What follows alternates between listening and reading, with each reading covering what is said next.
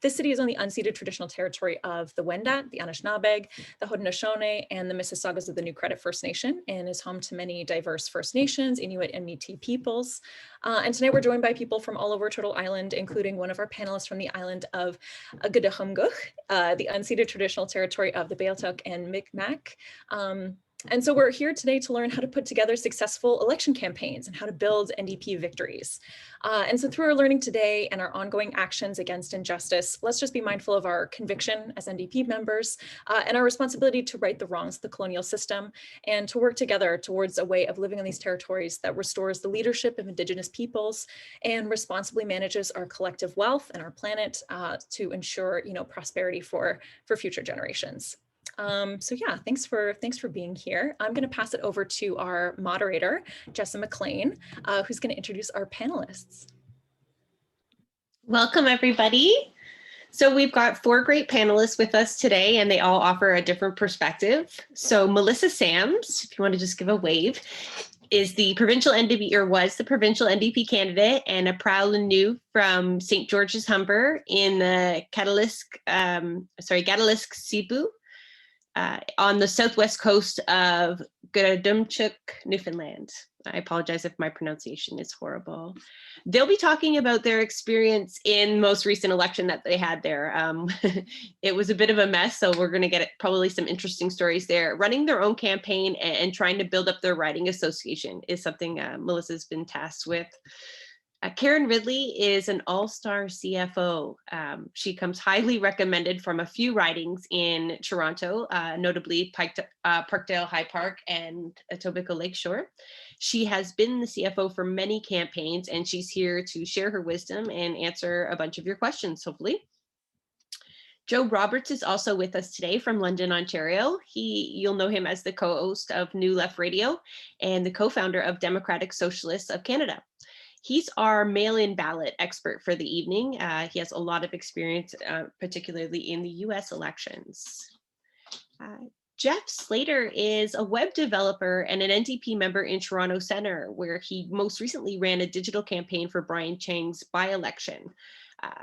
That was just in October. We're excited to hear from Jeff about digital campaign strategies, specifically how Brian's campaign adjusted to campaigning during a pandemic. And I think that's really the focus of a lot of our session today. So let's get started. So we're going to go to Joe first. A lot of people are wondering about the mail-in ballot, Joe. So in the event of a pandemic, mail-in ballots are going to be essential to campaign strategies, we're assuming. So what are the key features of setting up a mail-in ballot campaign?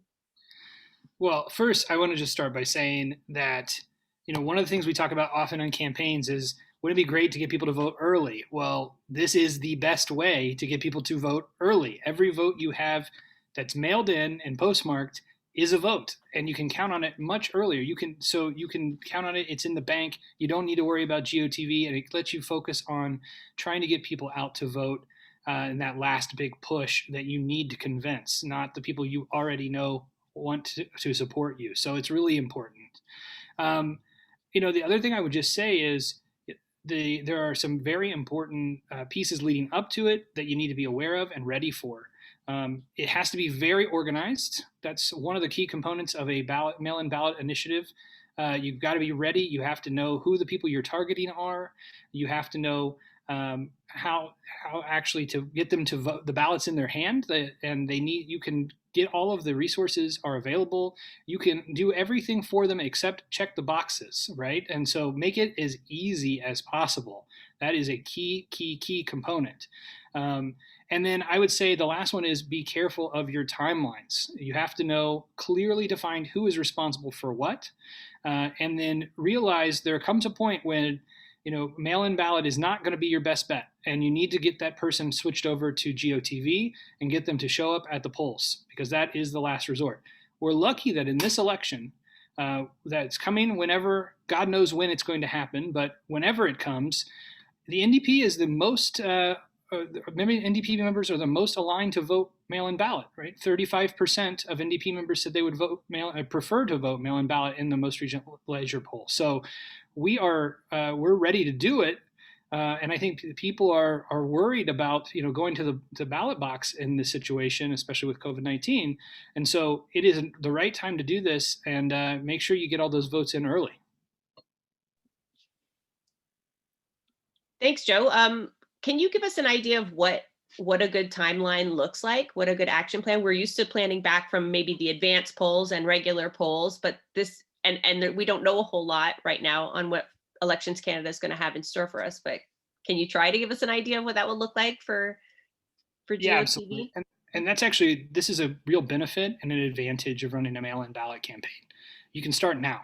There's no reason why you can't segment those lists and start to put people in charge of all of the components of a mail-in ballot campaign. So what does that look like? What are the pieces you really need to do to make sure, from the time you get the form in someone's hand to the time that they actually mail a ballot.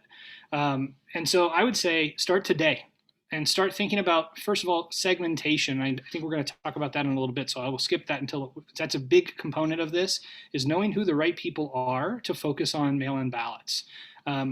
But I would say the other pieces are get a team together. It takes a lot of people.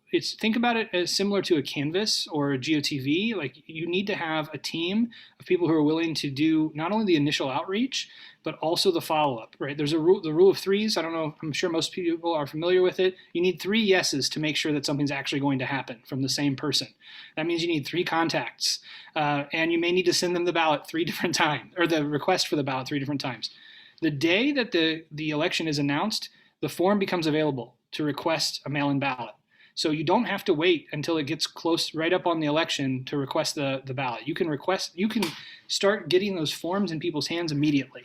And what I would suggest you do, the most important thing, like I said, is make it easy. So if you can get them the form, you can give them avenues. They don't even have to mail it in, right? They can send it back to the campaign, and you can fax it for them. You can put a bulk of them in the mail together, as long as they get there. And so that's the key component, right? Is get them to get it signed, filled out, and get it back to you.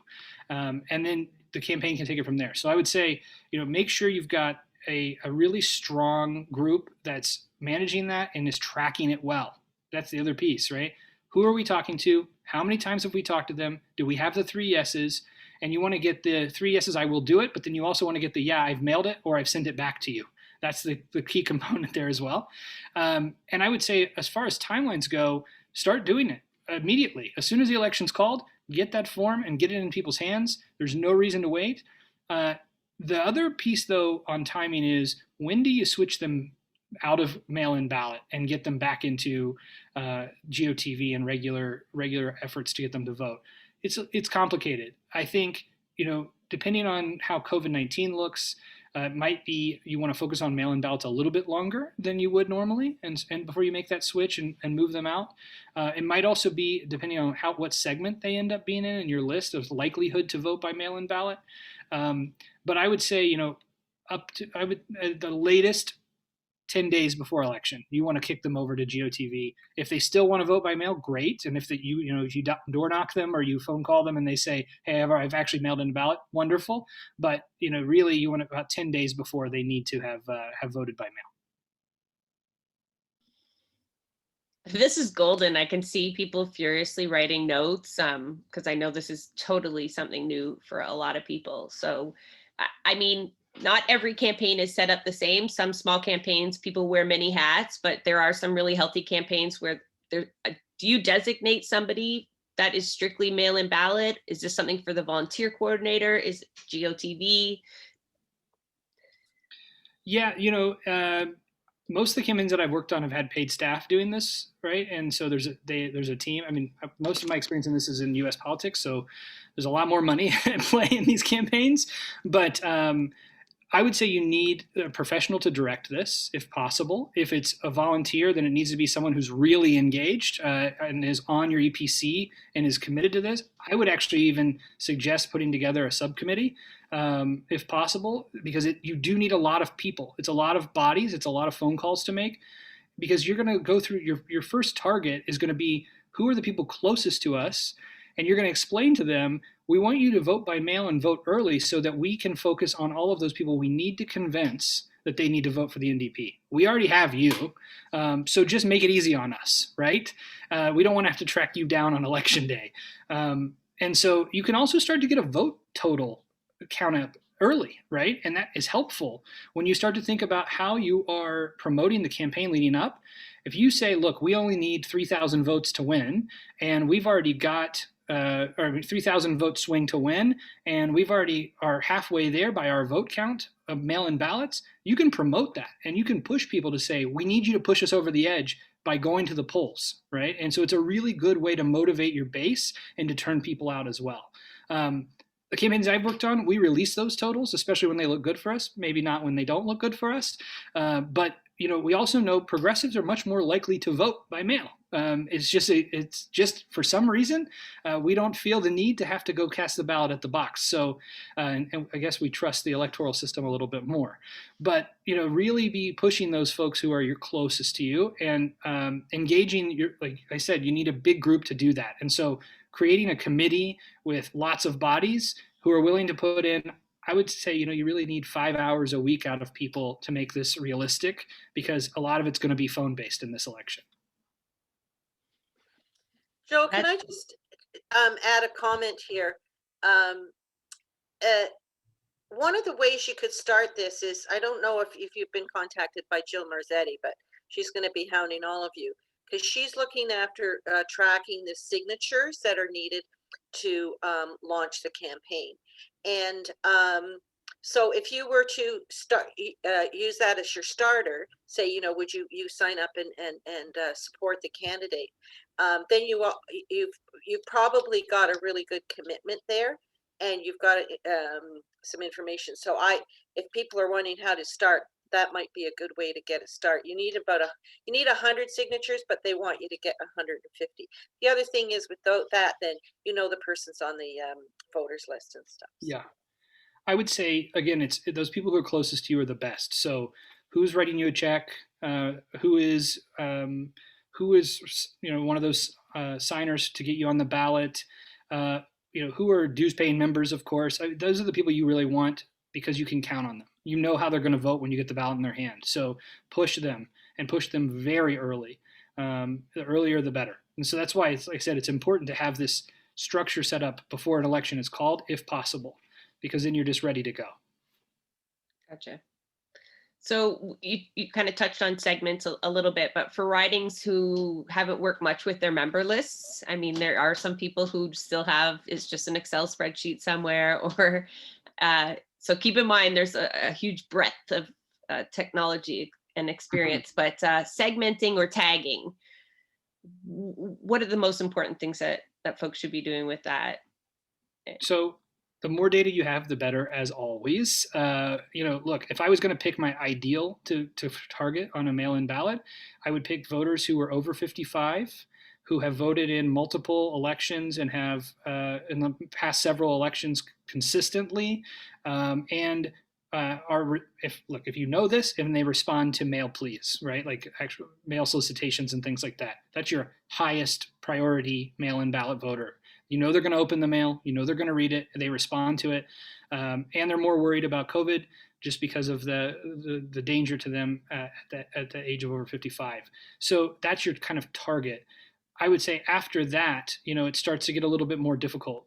You kind of have to play with what response you get, and you can actually build a nice sample and build groups based on demographics that you have and see who responds. One of the best ways to do this, and I think, is the way the structure works with the fax system here. Like, you can actually fax the completed form. They don't need to mail it, because you're actually asking them to do one extra step there. Have them just send it back to you and fax it for them. And that way you're really tracking who is actually sending these in, and you're not taking their word for it, because as we know, people love to say yes on the phone and then don't actually follow through.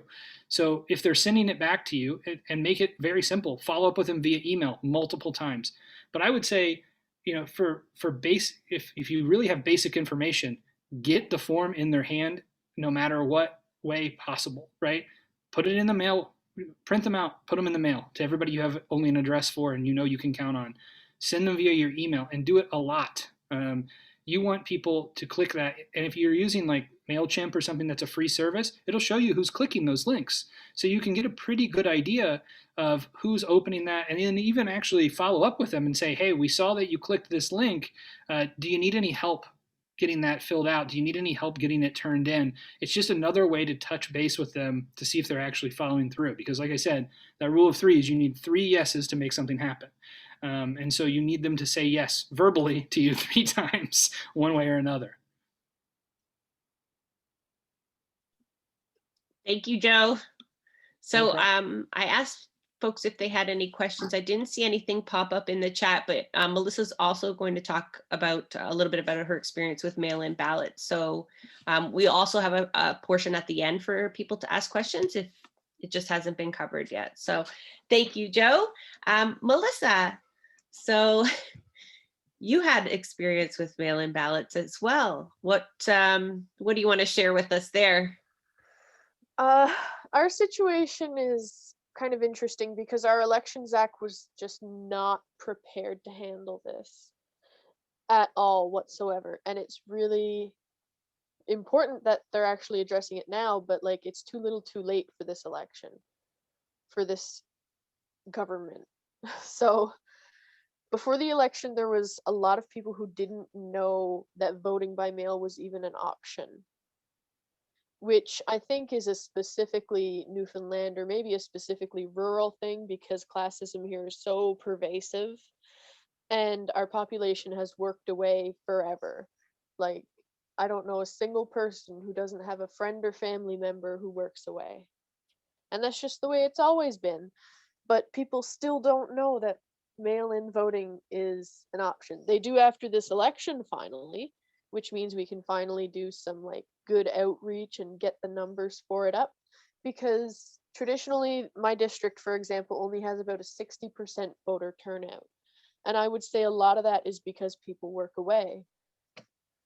So hopefully, cross your fingers, people will keep that in mind for the next election, and we'll have our Elections Act fixed up so that people can actually be verified properly, because the online system kept crashing where you did have to submit ID, but when people phoned in, they didn't ask for any kind of verification. So there were people getting 3 and 4 ballots to their house with no way of verifying the identity of who they were requesting it for.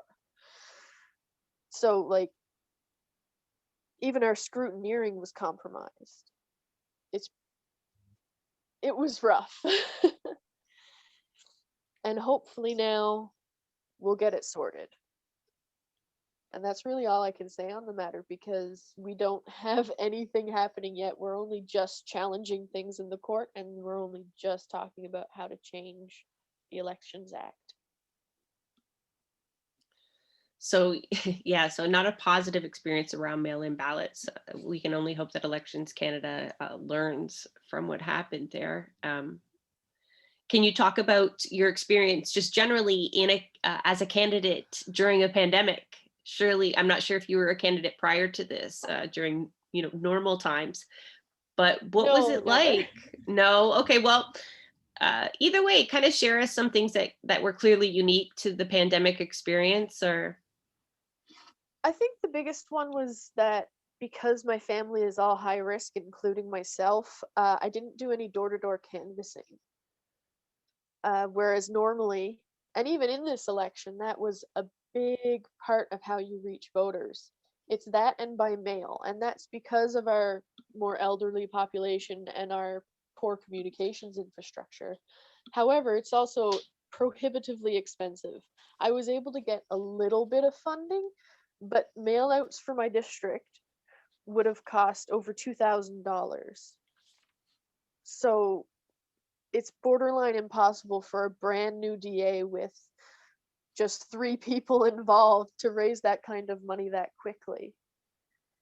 And the party here is really weak, so we don't have a lot of excess money to use on different campaigns. We tend to put money where we have good chances of winning, but where we still need to have a robust campaign.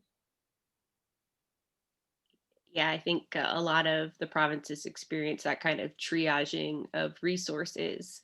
Um, yeah, I think it's very interesting to when you see different campaigns from the very small, like 2, 3, and I've experienced that myself, 2, 3 person campaigns, and then somewhere where everyone has a clear and defined role and even a team underneath them. I mean, we know that there's ridings with paid staff right now, and then ridings more like yours, Melissa. So it's interesting to get both perspectives. It's a really huge spread of just how things have come along, like who has the most engaged membership, who has the most members in general, or who has a lot of members for the size of their district.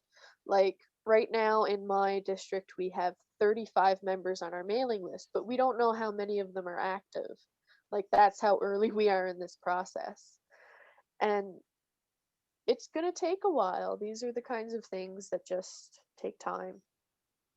And for this campaign, it ended up being really important to try and reach people digitally. So for my campaign, that meant a lot of Facebook. Oh my God, I was spending like 6 hours a day on Facebook at least. And the reason I chose Facebook is because most people here use it to communicate. Whereas in a more urban setting, maybe with a younger demographic, your better bet would be Instagram. Yeah, we took a poll at one of our outreach parties and it was like, where are all the cool kids at? And I think it was Twitter and Instagram were tied, followed by Facebook. And I guess it all depended on who was on the call too. TikTok and Twitch appeared there as well. So there's a lot of social media to cover. And you say you didn't go door to door. So was that primarily your focus? Just Facebook? What about other digital tools? I did primarily Facebook, and I also took media requests. So, like, I was on CBC a couple times, and I was talking to a couple of municipal boards and a board of trade. So, just trying to use every invitation that I could to reach people. Thank you, Melissa. I think you brought up an interesting point. We hadn't really discussed, and maybe I hadn't even thought of, is that people's ability to participate will obviously vary a little differently this time in terms of whether they're high risk or immunocompromised, whether they've been vaccinated or not vaccinated. I guess it depends on when this takes place, but yeah, it's good that we're talking about a whole bunch of different tools that folks can do to get the word out, even if they can't go door to door. You kind of talked about your EDAs, or you call them DAs, district associations. So Yes, that's the provincial version here. Are they connected? I mean, at New Demo Chat, we try to connect riding associations so that they can learn from each other. Do you find you guys are connected with one another over there, or just by chance? It's kind of a complicated situation, but also incredibly simple, because all of our EDAs, which is the federal version, are registered and there's people on the paperwork, but the Long Range Mountains District, which is the federal riding, is inactive. So I'm in the process of getting that started, but I'm also already the president of the district association for St. George's Humber. So it's very connected right now, but just by chance, because I've been the one who's driving it forward. I've got a question specifically as a rural candidate, probably. How did you deal with any broadband or tech gaps? I mean, do you have spotty reception? I heard you tweeted today about the rain, I think it was causing you to go in and out. So did that ever happen in one of your media interviews? I tend to rely on data a lot. So I'm very lucky that I have a cell phone plan, or that I can afford a cell phone plan with a lot of data. But even that has its moments, because we don't always have access to LTE. And it just cuts out a lot, and it's very frustrating. But a lot of people here understand that, and we're all much more patient with our internet. Like when I was living in our capital city, St. John's, I was used to fiber op, which is awesome. And then when I moved back home, I was getting maybe 1 megabyte per second. Yeah, I'm up in a rural riding, so I feel your pain to a degree. But thank you. Is there anything you want to add before we go to Jeff on, your experience as a candidate? It was pretty recent. Well, it was really interesting. I was able to meet a lot of different people and network with some people, and I made some good friends because a few of the candidates are just awesome people, and we've really come together well. And oh, I don't even know. There was just so much that happened during that election, and I don't even. Are I you don't still think I've processing it? yet. Yeah, Yeah, yeah, it's been weeks, but like, because everything is still ongoing, everything's up in the air. There's stuff going through the courts now. It's a lot, but yeah. Newfoundland politics is like that. Well, I hope there's a decent outcome, and at least we can learn, unfortunately, from the experience that you went through. But thank you, Melissa. Perhaps we'll have more questions for you near the end of the panel. Sure. So hang tight. Thank you. I know it's late there.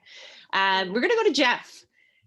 Jeff, so as Melissa discussed, digital campaigning is going to be critical. Can you explain what your strategy looked like with Brian Chang's campaign in Toronto? Yeah, definitely. I mean,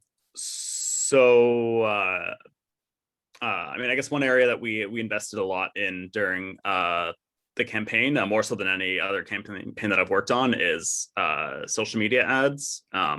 Really digging into like the tools that Facebook offers. Like, there's so many ways you can target ads. Like you can, so if you want to hit like a large audience, you could target by postal codes. You can look up all the postal codes that are included in the riding and target by those.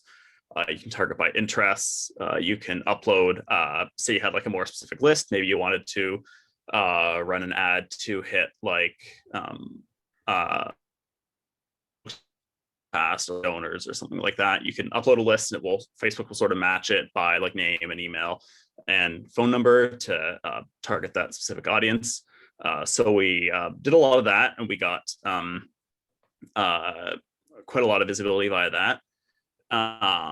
We also, being that we couldn't do in-person stuff, we did a couple really high visibility digital events. We had like a virtual rally earlier on in the campaign, which was a lot of fun. And then because of that, like we were able to pull in folks who might not normally have been able to participate in that. So obviously at the same time, in October was the provincial election out in BC as well as Saskatchewan. But so Jagmeet was obviously out in BC, going from riding to riding, stumping for the candidates out there. But we were able to bring him in and into our virtual rally to speak as well. A little bit, which, I mean, otherwise, like, obviously he's not going to fly into Toronto to participate in an event for an hour and then go back out to BC. So it's, that kind of brought in an opportunity that wouldn't have been available normally. And then we also had a really great town hall during the campaign. And again, we were able to have like, we had Brian on that, Suze Morrison, our MPP here in Toronto Centre.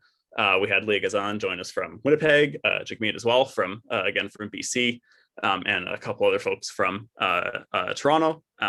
So like both of those got a lot of visibility, and so those were great ways to get Brian out there. Beyond that, one tool that's like just really key in campaigns, period, but especially now that we have to do things remotely and digitally, would be Call Hub. I'm sure probably lots of folks here have used Call Hub before. Maybe some are only used to calling off of phone lists or whatever. But Call Hub is really key to a successful phone bank. And then being that we may not have offices in this coming election, you need to have this virtual phone bank set up to be able to reach out to people. And then above and beyond that, Call Hub lets you reach out to people in addition via phoning. It also has tons of robust SMS related features as well. So this was another area that we really experimented with during the by-election. We did a lot of voter ID using collective texting in Call Hub. So that involves like conversational texting back and forth, like it's sort of analogous with phone banking. We use that for GOTV for the advanced polls and election day, and a little bit as well just to recruit volunteers for E-Day and just throughout the campaign. It also has text blasts. That's kind of more one way, kind of more analogous with like a robocall. So we use that to get out the word about the different events we were doing. And then in addition, you can build that into your phoning as well. So you can set up messaging Call Hub to send to folks either as like a follow-up from the conversation, or if they don't answer the phone, you have that opportunity to text them instead of leaving a voicemail. So it's there's lots of great stuff in Call Hub, and if you're not familiar with it, I would definitely recommend keeping an eye out for both the ONDP and the federal party are doing have trainings very regularly on how to use Call Hub. So I would definitely recommend familiarizing yourself with that. Thank you. I was kind of dropping the names of some of these just in case folks missed them. I'm not sure how familiar anybody is with them, but Jeff is right. In terms of Call Hub, the parties will train you on that as well. We do have some volunteers that want to hold a webinar for that. So maybe we can put that together. I just want to also note that one thing Brian Chang's campaign was really good at is working entertainment into these town halls. It was always a mix of, Jeff mentioned the superstar political lineup, but it was always lightened in between these speakers with some fun. So I think Brian was, I know that's in his background, but it was very evident. I thought that made it a lot of fun. So if folks could figure out ways to do that, let me know too. And certainly if you've got like folks who are well-known locally, or like specific forms of entertainment to your riding, and it's great to be able to work them in. Toronto Centre incorporates their Church of Moseley Village, which is the largest or one of the largest queer communities in the country. So like there's tons of local drag queens and whatnot. So we always we have to incorporate local drag queens into events, fundraisers, and things like that whenever possible. Of course. Including at our nomination meeting last night. Very good. Yes. Congratulations on that. I heard it was very successful. Any other kind of best practices or recommendations for people that are just starting out? So, I mean, like I told you, there's some ridings that are just going to be opening a Facebook account for the campaign. So, what are the basics that people should keep in mind? Yeah, I mean, it's good to definitely don't leave things to the actual writ period, because like obviously once that comes, things are going to be so much more fast and furious. So it's good to try to we don't really know when the next federal election will be. We have a little bit more concrete idea on the provincial, but I would definitely say to do the work now to like set up whatever infrastructure, do the training, figure out the best way for that you would like to use things, so that when the actual the writ is issued and the campaign formally starts, you have a better sense of how you're going to move forward. And so like one thing that we're especially doing provincially right now is we just have like a standing like we're running ads continually to try to build up Suze's social media following and stuff, because once the election actually starts, we have that larger audience we can communicate with, whereas if like you're starting from zero on day one of the election, then it's a lot harder to build that, and obviously that's a lot easier if you have an incumbent, because they have an inherent base and interest to people, and likewise with Brian, because it wasn't his first time running, he already had that audience that we've been able to continue to build on. But I mean, for new candidates just getting into it, it's important to, I would not wait until the day that you're announcing your candidacy to kind of set up social media profiles. Like I would get that going ahead of time to try to build that up as much as you can through your own channels. Yeah. Thank you. Now, digital security also, so careful. You're going to be talking to a lot of laymen, including me, in terms of digital security. What should we be thinking about? Try to keep it as basic as possible.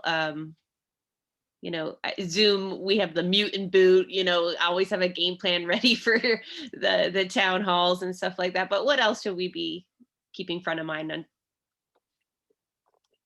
Yeah, I mean, one thing that's super important, broadly speaking, but I would say like especially so when you're dealing with election related stuff is password security is key. Like we are dealing with huge amounts of personal information when it's like voters lists, email lists, phone lists. So it's super important to make sure that none of that falls into the wrong hands, because like obviously that could be very damaging to your campaign and to the party, broadly speaking, if information like that was misused. So like password security, it's good to make sure that you have strong passwords as much as possible. It's good to not reuse passwords, so make sure that every password that you use on every different login is unique, so that it's not like, if there's a security breach in one place, that can then be used to get into your data elsewhere. Many services will offer what's called two-factor authentication. So that will, in addition to logging in with your username and password, you'll have to enter a specific code that it might be texted to you, it might be emailed to you, it might be generated using an app on your phone. So it adds kind of an extra layer on top of that. One tool that I've used for years to ensure that I keep all that kind of stuff secure is, and there's tons of password managers out there. The one I use is called 1Password. It's by a Toronto company, so I really like it for that reason as well. But it will generate secure passwords, keep all that stuff encrypted,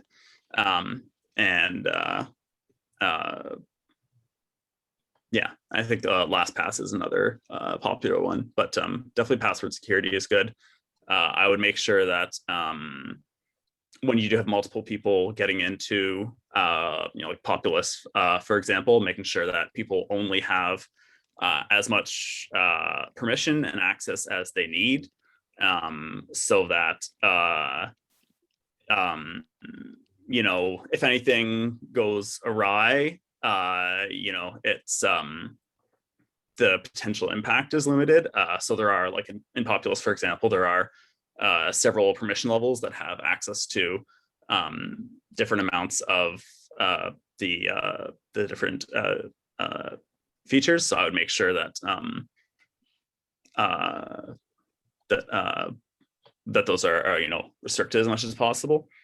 And actually, one little tip on that in terms of Populous, one thing practice that I've put in place on the campaigns that I've worked on is for all of the different volunteer accounts who are doing data entry, you can, when folks log into Populous, they have to confirm with their login from an email. So I will set the email address for their accounts to my own, or one attached to the campaign, so that any login I have to approve. So then it sort of ensures that folks are only logging in and logging into the database when they're in the office. Obviously, if there's no office, then that's sort of a different, not necessarily a procedure that it wasn't a procedure we had in place really last year, and it may not be for the coming election cycle, but that's one way you can as well ensure that access is as restricted as necessary. I know I'm always having validation codes pop up and having to figure out who I'm supposed to be forwarding that to. But you mentioned not having an office. That's a reality for people with a really low budget, and perhaps a reality because of COVID as well. Is there, just quickly, because we're going to go on to Karen, but is there any, how did you manage that, especially since being used to having an office to go without? For sure. And I will preface by saying our situation in Toronto Centre is, Toronto Centre is a relatively unique riding, like, more suburban, rural ridings. The campaigns out there look very different, and what the accommodations you have to make for not having an office will also look different. So, I mean, one thing that was key during the campaign was having, because we aren't all in the same space, to have communication channels amongst the campaign team that were readily usable. So we've used Slack for our writing association for ages, so we really put that to use during the campaign. Discord is also really popular, and there are other Microsoft Teams. I don't know. There's a bunch of options out there for like team-based chat. We would have regular Zoom meetings for the campaign team. I'm going to assume everyone's familiar with Zoom here. They are now. In terms of managing all of our signs is kind of like a big thing that you need an office for, because you need, kind of a central place to have all the materials and the actual signs and whatnot. Thankfully, like, there isn't much of a sign game in Toronto Centre. Like, a very successful sign campaign from us might look like getting like 400 lawn signs out the door. I'm sure that sounds like minute compared to a lot of folks in different ridings, but that's just kind of the reality here. 90% or so of the riding is in towers, so there's just not many lawn spaces. And then due to the city's bylaws, there aren't too many places where you can legally put public lawn signs either in the riding. So I mean, in terms of those, we just had like our three members of our sign crew. They basically just loaded up their cars with signs, and that was kind of and then stashed them all on their balconies or whatever, and that was enough to get us through the few week period. Although for in more realistic scenarios, I imagine folks would probably make uses of garages for managing signs if you don't have a central office. Or I guess there are probably a lot of larger ridings where you need to really disperse it as well, particularly looking at some of the more rural ones, which was actually what we did. There was another by-election in the city in Scarborough Agincourt a couple months ago for city council, and that was how Mana's sign crew managed it. All just went out of actually Brian's mom's garage, who lives in the riding. But yeah. Small world. Yeah, no, we do use zone houses here in a rural riding as well to manage that rather than a central place. Yeah. So I guess that kind of an arrangement is probably nothing new for you folks, regardless of whether there is a central office. Yes, it is. It's something kind of unique, but everyone's going to probably have to figure that out. And I just want to know, like, I made some calls for the campaign, and so it wasn't a lack of support. It really is. Everyone's like, I'd love a sign, but I'm on the 12th floor. No one's going to see it. Well, maybe the people across from you will see it. You tried to sell it anyway. Mm-hmm. We'll leave it in the lobby. But yeah, it's every riding just has these unique kind of things they have to figure out. Thank you, Jeff, for that. We might have some questions for you to answer at the end, because I see some of them coming up in the chat. We're going to save it till after Karen speaks, though, so just to see if she answers some of them inadvertently. So hi, Karen. Thank you for your waiting. But some very crucial questions, and coming from the perspective of a CFO as the financial person. So what's going to be important to remember specifically for a pandemic campaign that we might not have accounted for on a typical campaign? Well, Jeff certainly talked about some of the stuff, but so you're going to have to look at your budget very carefully and decide, what you can and what you can't do. So if it were to be called tomorrow, which thank goodness it's not going to be, it would look a lot differently than if it's going to be called, and the feeling is now maybe mid to later August going into September. And hopefully by then things are going to look a lot different. But so you're going to have to look at what the public health rules are around that time. And then you have to make decisions. Do you want to have an office? And what PPE are you going to need for your campaign? Are you going to want to have a phone bank with people sitting in the office doing the phone bank, or do you think you want to do farm it out using Call Hub? So, you know, you're going to save a lot of money if you only have, say, 1 or 2 phones rather than a large thing, but Call Hub costs money too. So there's a lot of trade-offs. You're going to have to see, are you going to have access into your apartment buildings and condos if those are a big factor? How are you going to get the literature in there? Are you going to be able to go in there? Are people going to feel comfortable going in there, or are you going to have to do postal walks, which are very, very expensive? So there's all those things to consider. For people that are in Toronto, as you know, rental space is very, very expensive.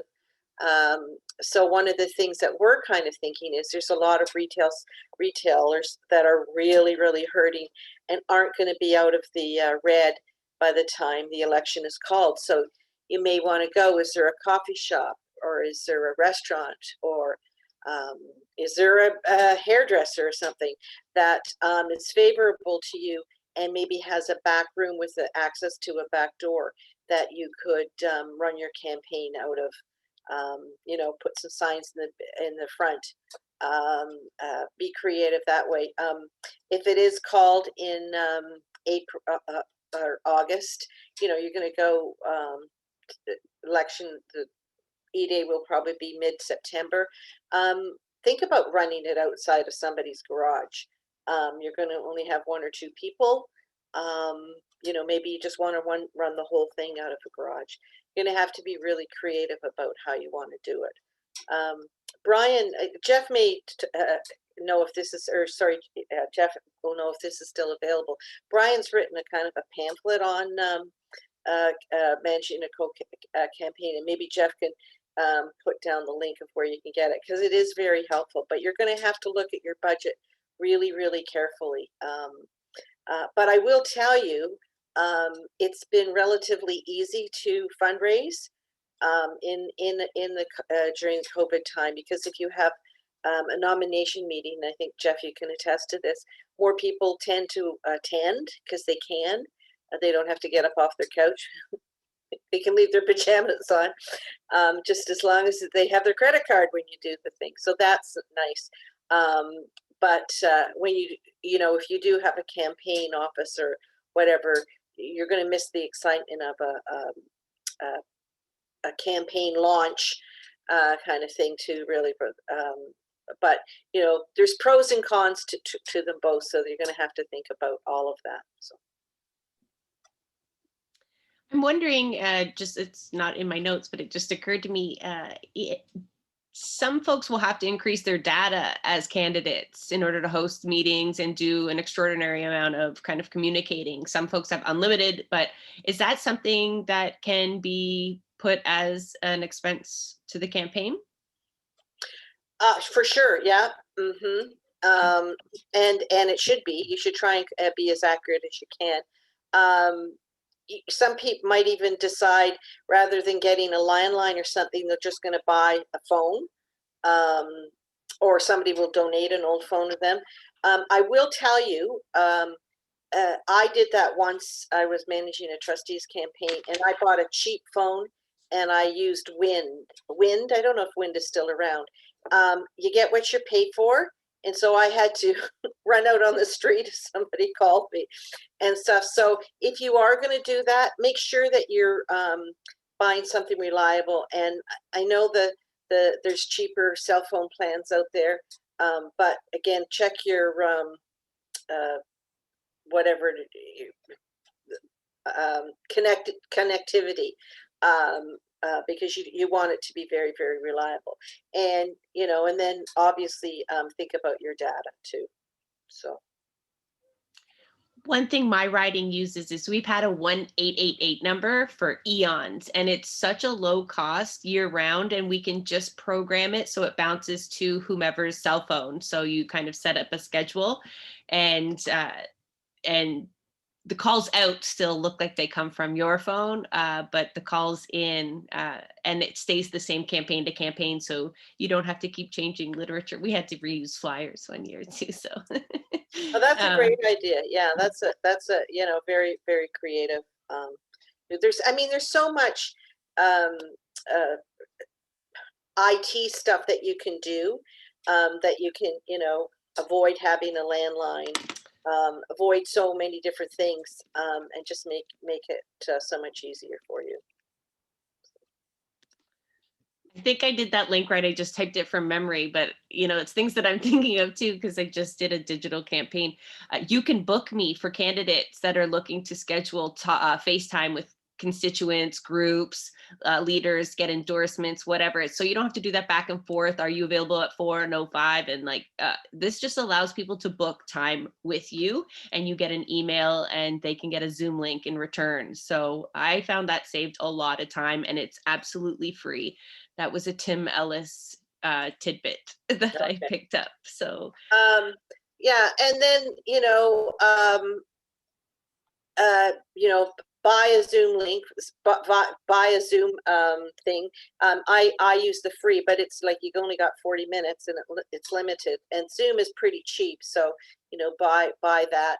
MailChimp, again, you can use it for free, but if you're lucky, you've got enough contacts that you'll want to pay for that. So there's all sorts of different things that you can use. I know Parkdale High Park, we've established our own database and we're using Nation Builder rather than MailChimp. So, but again, we have the data to support that. You might not, you might be able to. I think MailChimp cuts off at 1,000 emails. Jeff, you may know different. So if you're a really small budget campaign and you've got less than 1,000 contacts, then just go with the free MailChimp. we have a webinar coming up on Monday. Emily, if you have the link available, please drop it. How to build better emails with Tim Ellis. So he will be going over how to use these things that you're talking about. MailChimp might be new to you. It won't be if you tune in on Monday. So we're briefly going over some of these things, and you might be writing notes going, oh, this is all Greek, but we will spell it out to you before the writ drops, if it takes one webinar at a time. So building better emails is on Monday. I just want to also add, now there's not a lot of training for the federal, but the Ontario NDP has got some really fabulous training. They've got a lot of webinars, and they're putting more and more stuff. So if you aren't signed up through Mobilize, then apply to get access to their stuff. I will say that the CFO stuff is very, very similar, but do be aware that there are different rules between federal and provincial. And I would encourage anybody that's going to be the CFO to go on the Elections Canada and download the elections manual, the Elections Canada manual, because there's some important information that you'll need there. Sorry, Jesse, you're muted. Thank you. I'm usually the one that has to say that.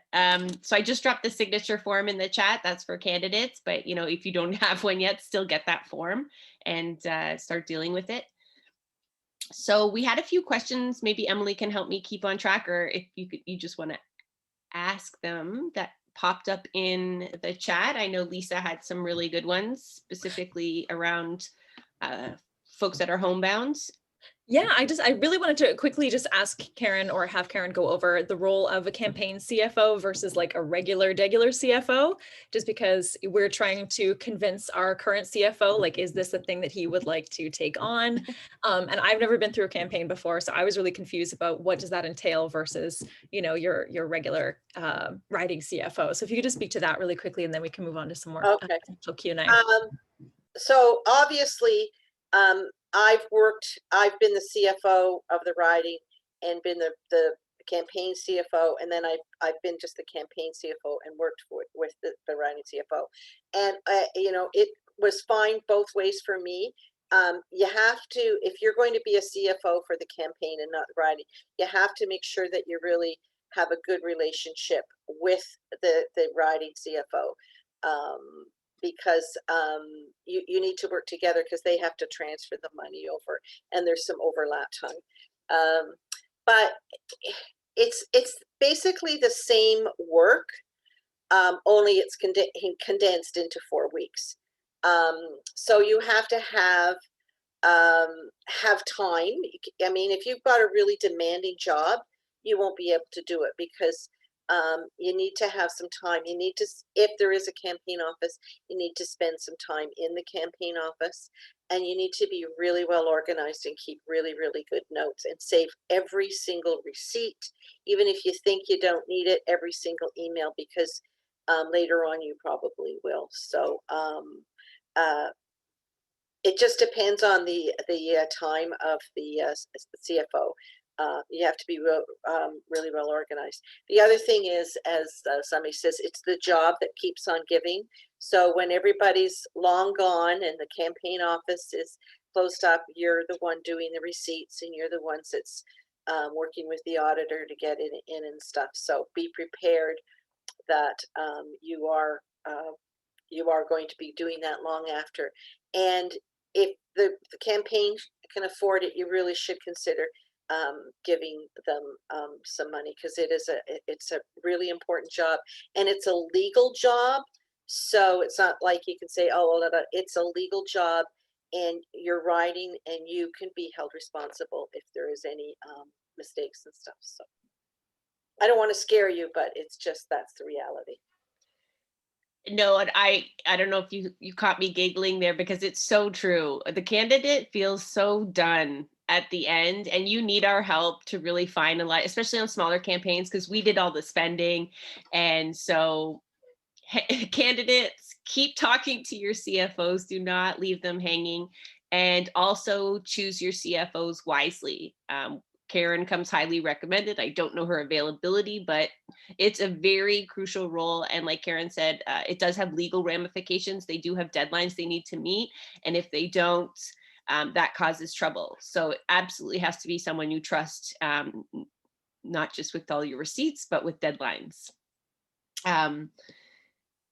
So thank you, Karen. Questions from the audience. Emily, what do we have? Yeah, let's go back to Lisa's questions from before, because there were really good ones. Just starting with the top here, what will voting look like for homebound seniors, immunocompromised, and other high-risk folks for whom leaving home to vote is impossible? How will voter registration work when leaving home is impossible? So I think this is where a mail-in ballot, campaign and having that set up will really, really come into play. Is that the only option? Am I missing anything? It sounds like that's specifically who that's for and who that would be, who that would capture. Maybe that's a Joe question. Yeah, I think that's a great strategy with those folks.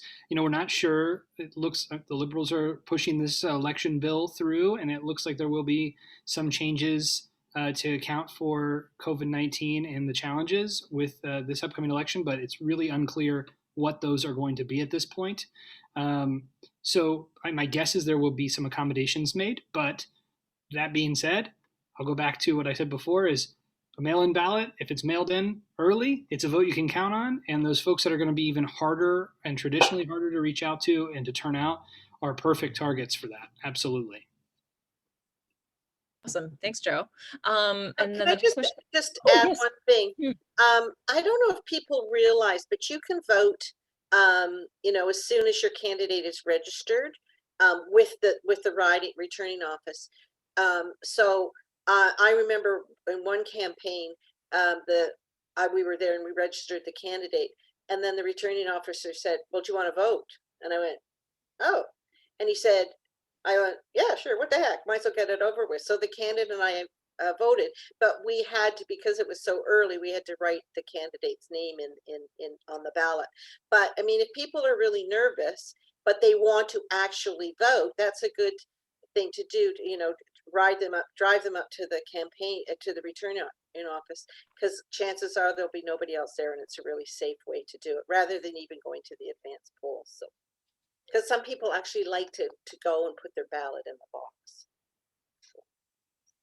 Yeah, that's a really and the one thing I could Mhm. the one thing I could also add on that is that in terms of the legislation that's before the House, I haven't actually read it, so I don't know what it entirely changes. But like the current quote unquote mail-in system federally is, I mean, it's not, like obviously Elections BC and Elections Saskatchewan sat down and put together like a robust system for folks to be able to apply and do this to accommodate lots of mail-in ballots.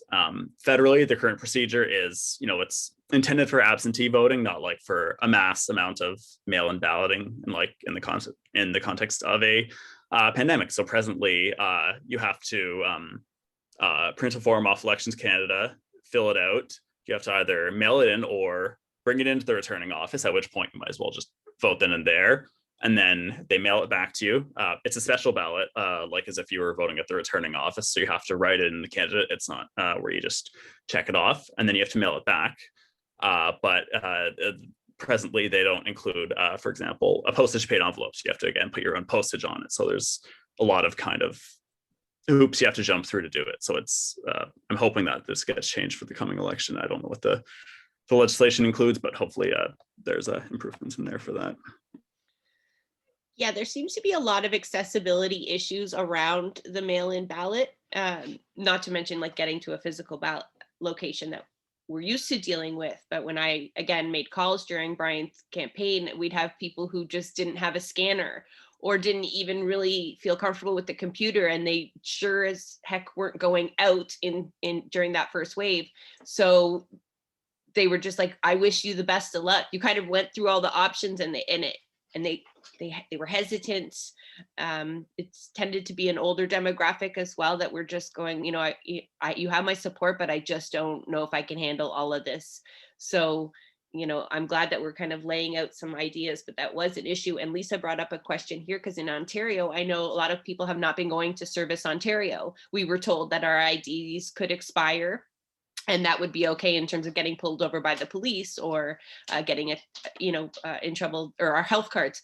But will Elections Canada, do we know, maybe if that's an issue that Newfoundland dealt with, will Elections Canada allow expired identifications, or are we going to have a run-in on Service Ontario or to fix that?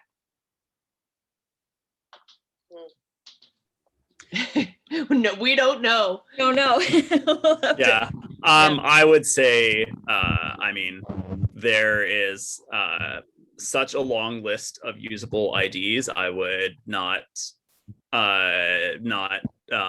take any chances and suggest to people to use expired ID. Like I always tell people bring 2, 3, 4 options just in case the staffer gives you a hard time for whatever reason. And so especially I would just there's just so many different like credit card statement, pay stub, T4, like there's so many things that people have that if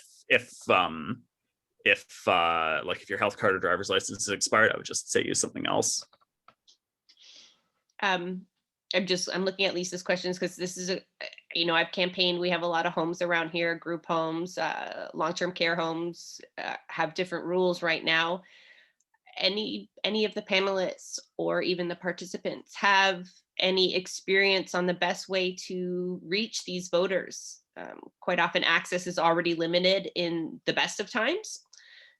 Now we know that their phones can be overwhelmed and access is restricted. I think for some of them you can request them to go in and take the ballot box, set up a special poll, and they will.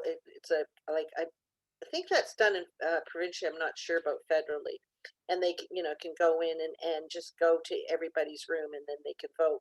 But you bet if you're going to arrange that, you better make sure you got a scrutineer, because you want to make sure nobody's helping them vote and it's clean. So there are disadvantages to that. Yeah, I think the question more dealt with outreach, but getting the actual ballot cast is also important. How candidates or candidates teams can reach the folks that we're talking about, but no. So Sorry, Lisa, we're going to have to brainstorm on that a little bit more because I know it is notoriously hard. You have to make appointments to get into a lot of these places in the best of times. And sometimes you can know when lunchtime is. And so there's better times than not to go into certain kind of group living facilities. But it is hard, and it ends up being.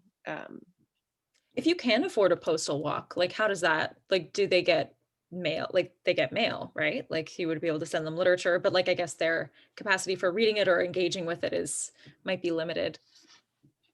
And postal walks are a lot of money. I mean, we try Very to expensive. avoid it, but I don't I know if just that's learned what one possible was during like last COVID. week, and I was like, "Oh, this sounds great!" And now I'm learning how expensive they are, and I'm like, "Oh, maybe not." Yeah, one of the things is is if you could ask the family members, if you know that so and so's mom, if you're Susie is voting for you, and Susie's mom lives in a nursing home or something, say, oh, can we work with you to help your mom get her vote and stuff. So, and I don't know if that works more in a rural riding where chances are they're all living together as more spread out in Toronto. Yeah, and Melissa kind of talked about the unique situation where a lot of folks work away. So,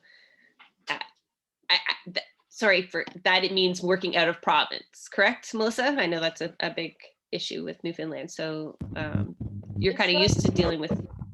It's not even just out of province. Like people will also move around within the province. Like there's plenty of people who worked in the Hope Brook gold mine. That's where my dad was stationed for a while, but that's not where he lived.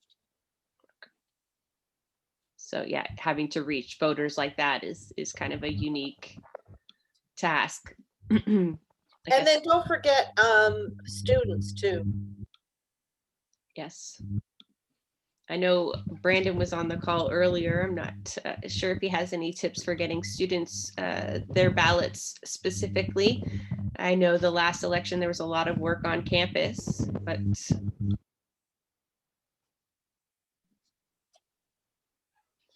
I don't really have an answer right now, only because there hasn't been an election in a pandemic for most students yet. Like I'd say Newfoundland, Labrador, like some of the recent provincial elections would be the only example. A lot of students, from what I've heard,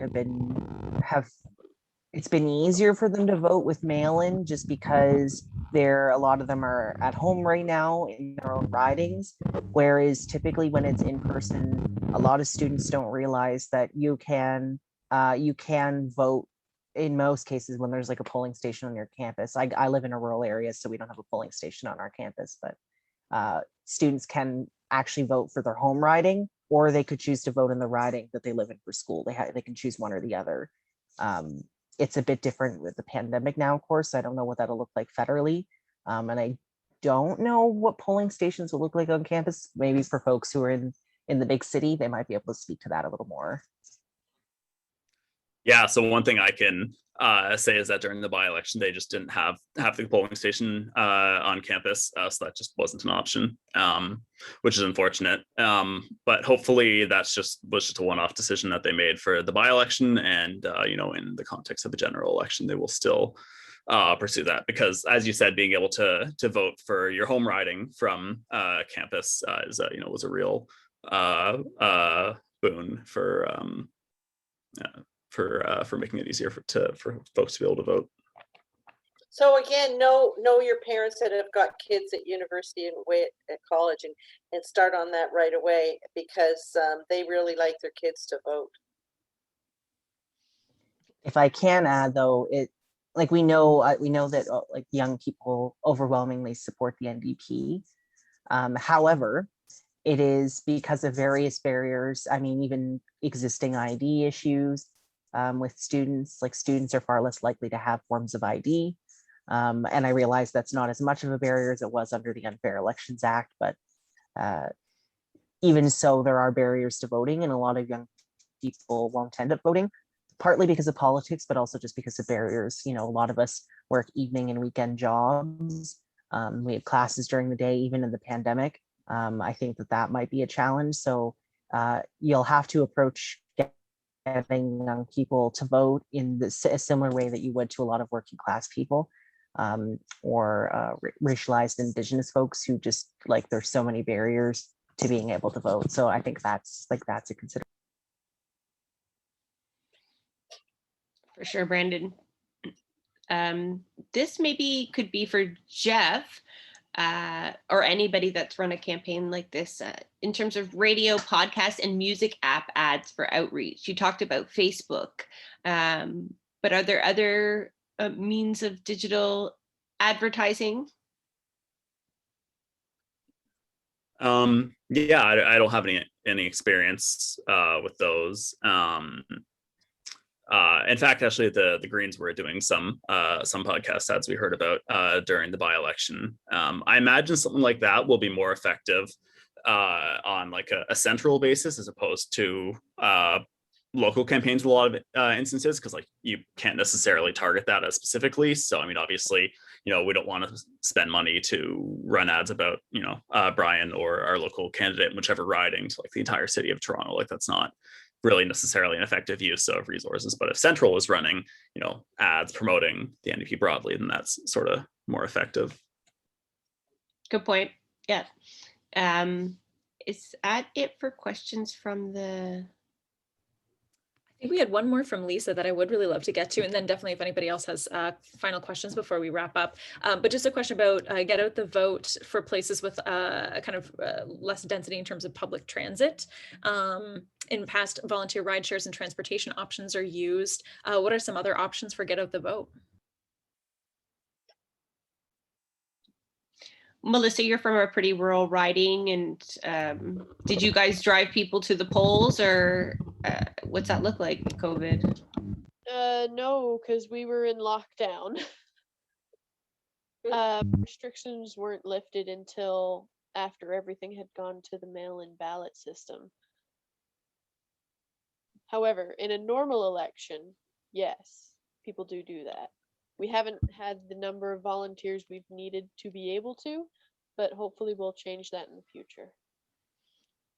I know one year in our riding, we rented a bus with a big banner on the side of it, and we would go to pick up locations, especially group living facilities that didn't have a polling station put near them or inside them, or the very few apartment buildings that are up here.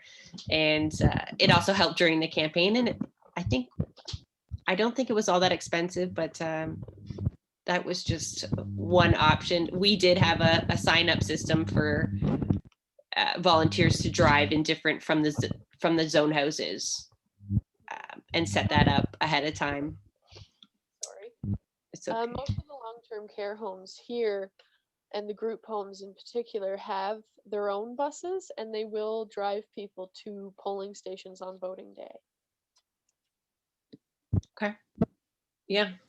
We have really interesting accessibility in Newfoundland because we do have an elderly population. So a lot more places than you would expect have accessible entrances and different ride sharing programs, or just ways to get around, especially where everything is so spread out here. Thank you. Emily, I think did you have some questions from the registration? I didn't check that. No, I don't think we did. If you didn't see it, then I don't think we did. Okay, if you submitted a question through registration and we have not asked it, please throw up your hand or throw it in the chat, or if anybody else has any questions for any of the panelists or the crowd. We did crowdsource one answer. Thank you, Brandon. Always willing to jump in. So did I hear someone unmute to ask a question? Because we do have a kind of, go ahead, Emily, keep me on track. Question. So first of all, I just wanted to ask, so Call Hub has like an SMS feature, which I had no idea that you could do that through Call Hub. That's awesome. So can I just ask, like, what was some of the language around the text that you were using specifically, like for volunteer outreach or get out the vote? Like what's some of the like effective ones that you found? Yeah. So one key to any sort of SMS related campaign is you have to keep it very, very short. Like the character limit for an SMS is 140 characters. So then if you go beyond that, then you're spending twice as much on every text, or 3 times as much. So key is keeping it very brief and to the point. Yeah, I don't know that we tried. We mostly just kind of stuck to the same language. We weren't really trying different things, so I can't really speak to like what language is affected, but certainly brevity is important. Yeah, that's great. Thank you. On the texting point, Fight for 15 and Fairness uses peer-to-peer texting. So there's some folks that might not be able to afford Call Hub. So if your volunteers are willing to use their cell phones, you can still give them lists to sit and send text messages. And especially if there's a link related to registering for voting, dropping that in their text, especially for youth, and they can just click on it and it takes them right there. That is really handy. So you definitely can still use text peer, and there is, if someone can drop in the chat, there's actually free or very low cost peer-to-peer texting that's not Call Hub. So then you're not paying per character, and you can just dump some links in there, or links to your website once we have the how to build a website webinar, right? Yeah, and also Ari brought up a great point in the chat. Some folks are not necessarily comfortable making phone calls, so SMS is sometimes a less stressful means of communication for them. And then actually the other thing I would echo that putting whatever link to what you want people to get in the very first message is definitely a good idea, because then if they just get the one message and don't interact with beyond that, they have the important piece, which is like the link to RSVP to that event, or to learn about your candidate, or whatever the case may be. I just want to quickly cut in with a question from Kamal in the chat just before we get to Ari. Kamal is asking if you would ever talk about key issues through SMS campaigns, just like feel people out about key issues. Yeah. Yeah, definitely. We did quite a bit of voter ID over SMS. So I mean, we had like the intro message that sort of hit on like the very, very high level points. And then we had, you can have all kinds of pre-programmed messages that folks can just choose, like this person wants to know about farm care. Here's the farmer care message. Then they can, just send the text as it is, or maybe if they need to personalize it a little bit, or whatever the case may be. So you can, you can also load up tons of pre-written content for people to use. So it's, great to ensure, I guess, that, folks are able to get the information right away, and make sure that the information that's getting out is, the correct info, the messaging you want to use, that kind of stuff.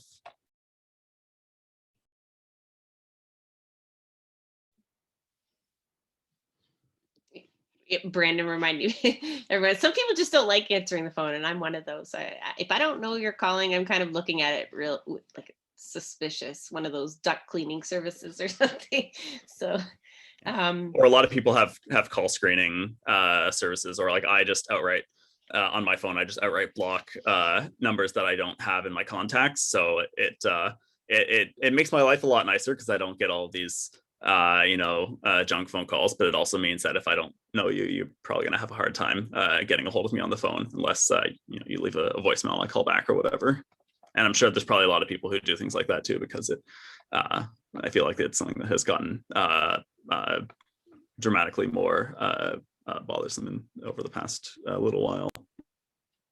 Definitely. Well, do we have any other final questions before we wrap for the night? Jessa, were you going to say something? Ari had his hand up. I don't see it anymore, but yeah. Did we hit your point, Ari, or do we scare you away?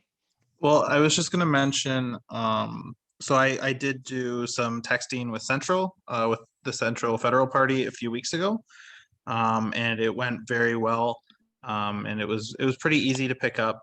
But yeah, I also was just going to mention, I think it was said at one point, but I just want to stress it, that so there's the SMS that doesn't ever get a call, and you can have conversations there, but also you can send texts after a call with somebody. Which is a really good, and those are like preset. So for instance, if you're doing fundraising calls, you can say, if somebody doesn't want to give their credit card over the phone, which is understandable. You can say, yeah, I can send you a text right now. What's a good number to do that at? You input the cell phone number, and then you can send an automated text out, and it sends the link, and it's just way easier for people. And then if they don't end up donating, you have the information written down that they pledged to, so you could call them again in a week or two just to follow up. And it's a much safer, and a lot of people really like that option for donations, especially. Or likewise, if there's like an RSVP link to an event you're calling about or something like that, or even just to have, like the information, the time, the date, et cetera, in writing. So, maybe they misremember it and then, don't show up because it's that they've got a different time in mind. Awesome. Any last questions? Anything else to add? Okay. I just want to thank all of our panelists for being us here tonight. Thank you to Jessa for moderating. Thank you, Melissa, for being here so late on a weeknight. Thank you, Karen. Thank you, Jeff. Thank you, Joe. This is really great, incredibly informative. I'm going to take away this recording and write a bunch of notes based on what was said here tonight that we can hopefully send out as a handout to our attendees and our other new demo chat members. Yes, Jessa, did you want to speak about that organizing rural ridings really quickly? I just dropped 2 links in the chat that they're being offered by the Ontario NDP. Karen mentioned like federal might not be doing it, but Ontario is, and I don't know how much they check. So even if you're out of province, maybe just take the training anyway, see if they boot you. But they do have some decent training. So I just dropped the ones I knew about in the chat there as well. Fantastic. Yeah, thanks again for being here. Thanks for sharing your knowledge. Thanks for your attendance and your presence. And everyone have a lovely Thursday night and a great weekend after that. Thank you so much. Ciao. Bye.